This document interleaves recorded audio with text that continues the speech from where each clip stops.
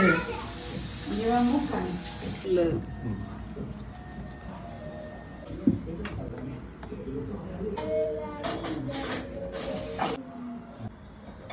அதை போட்டுட்டு இதை பிடி.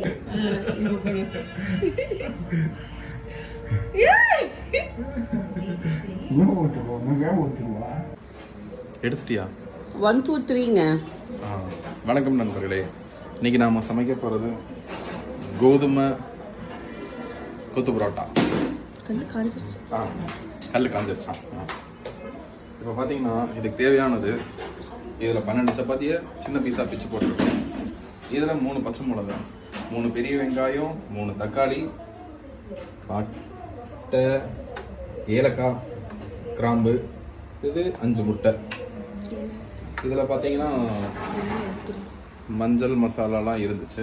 நம்ம சொல்கிறதுக்குள்ள கல் காஞ்சிருச்சு. இதில் என்ன போடணும்? எண்ணெய் போடணும். 4 டேபிள் ஸ்பூன் போடணும். இல்லைன்னா அந்த இதில் வச்சுருக்காங்க. எண்ணெயை மாற்றிட்டீங்களா? டேபிள் ஸ்பூனா? ஒன்று,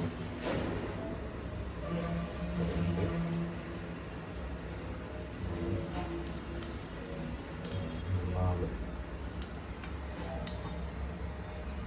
எண்ணெயை காய விட்டுருங்க. காய விட்டு கேப்பில் இதில் என்னென்ன இன்க்ரீடியன்ஸ் இருக்குன்றதை நான் சொல்லிடுறேன். மஞ்சள் தூள், ஹிண்ட்டு அந்த பேப்பர் காணும், மல்லித்தூள், கரம் மசாலா, காரமான மசாலா. சரி, இப்போ அந்த பட்டை கிராம்பெல்லாம் எடுத்து இதில் பட்டை கிராம்புலாம் போடணும். போட்டு ஒரு வதக்கணும். துண்டுக்கு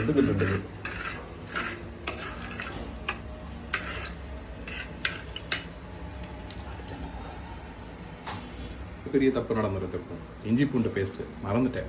இதை பார்த்தீங்களா, ரோஸ் ஷேப்பில் இருக்குன்னு பார்க்குறீங்களா? இது எங்கள் வீட்டம்மாவோட க்யூட்டான ஐடியா. அப்படியே போட்டுக்கணுமா? ஆமாங்க, அப்படியே போட்டுறேன்.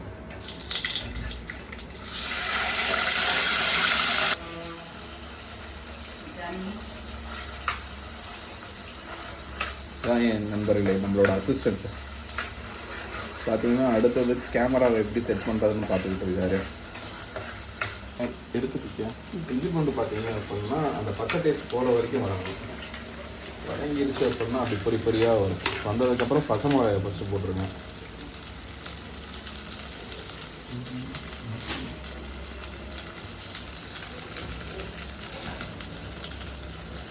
மொத்த கையோட சமைக்கிறது கொஞ்சம் பிரச்சனையெல்லாம் இருக்குது.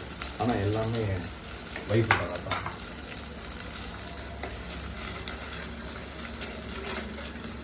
பச்சை மிளகா நல்லா கோல்டன் கலரில் வதங்கணும்.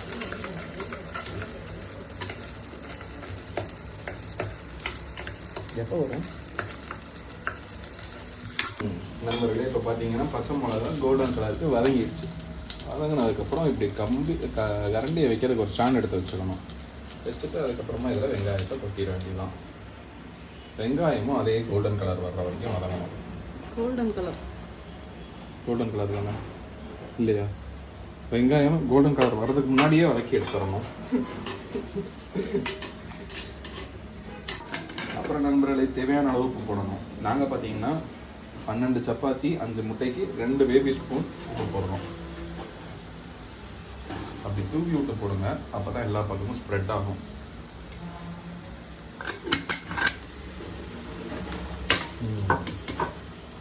அப்புறம் ஒரு வதக்கு.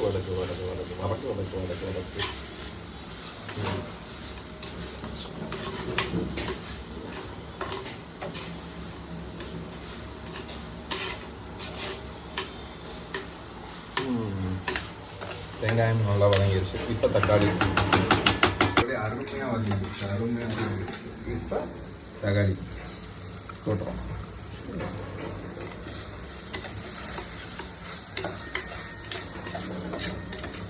இதெல்லாம் பார்த்தீங்கன்னா பரோட்டா கடையில் நச்சுக்கு தண்ணி போடுவாங்க. நாம் அப்படி போட்டோம்னா மண் சட்டி உடஞ்சி போயிடும். வீட்டுக்காரமாக சவுட்லேயே அடிக்கும்.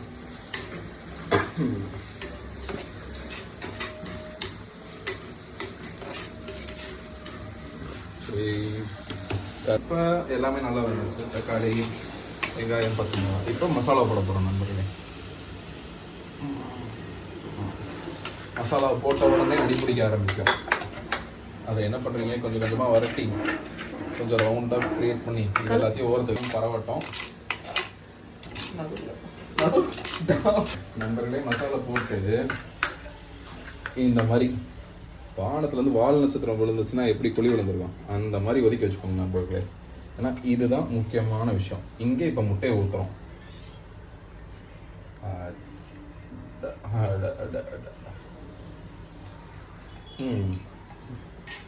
இப்போ முட்டை அரை வயக்காடாக வேகும் போது சப்பாத்தியை கொட்டிக்கிறோம். சப்பாத்தி ரெடியாக வச்சுக்கோங்க.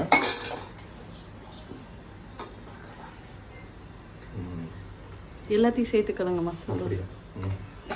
எல்லாத்தையும் சேர்த்து கலக்குங்க மாஸ்டர். ஐயோ அந்த மாஸ்டர்.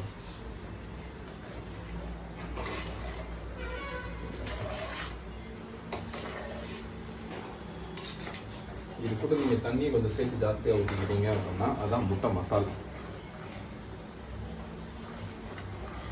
நண்பர்களே, கொஞ்சம் வேக ஆரம்பிக்கும். பார்த்தீங்கன்னா நல்ல அரவேக்காடாக வந்துருச்சு. இப்போ தான் சப்பாத்தியை போடணும். ஃபுல்லாக போட்டுட்டு நல்லா அதில் பரட்ட ஆரம்பிச்சிருங்க. பாருங்க நண்பர்களே, அழகாக வந்துருச்சு. நல்லா கிண்டி எடுத்துட்டோம். And sorry for the very wrong information. இது கோதுமை பிச்சு parotta from chapati.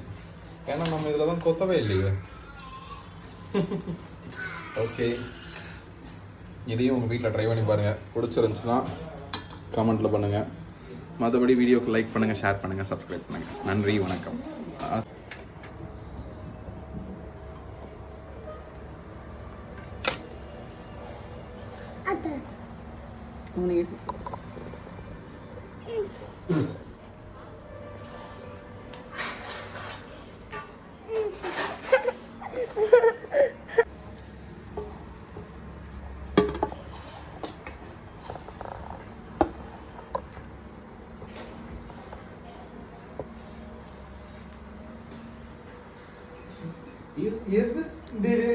Finish it off.